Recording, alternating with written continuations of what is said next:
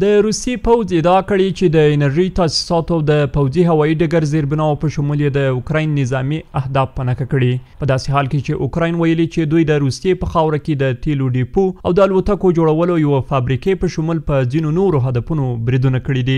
د روسیې د دفاع وزارت پرون په یو راپور کې ویلي چې 13 ورځې د اوکراین یو کارګوټی نیولی او د اوکراین هدفونه یې په نښه کړي، لکه د پوځي صنعتي شرکتونو د انرژي تاسیسات، د پوځي هوایي ډګر زیربنا او د ډرون غونډو او ذخیره کولو تاسیسات. په راپور کې ویل شوی چې د روسیې پوځ د روسیې په کورسک سیمه کې د اوکرایني ځواکونو پر ضد خپل بریدونو ته دوام ورکړی دی. په همدې ورځ د اوکراین د وسلوالو ځواکونو لوی درستیز خبر ورکړی چې د سې شنبې تر ماسپښینه پورې اوکرایني ځواکونو په لومړۍ کرښه کې له روسي ځواکونو سره په لسګونو نښتې کړي.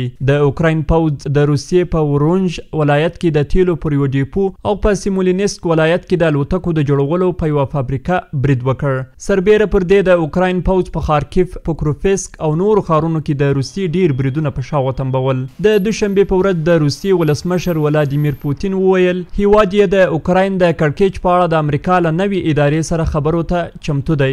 بلخوا د امریکا ولسمشر ډونالد ټرمپ هم ګواښ کړی چې که ولسمشر ولادیمیر پوتین له اوکراین سره د سولې یوې موافقې ته ونه رسیږي نو پر روسیې به اضافي بندیزونه ولګوي.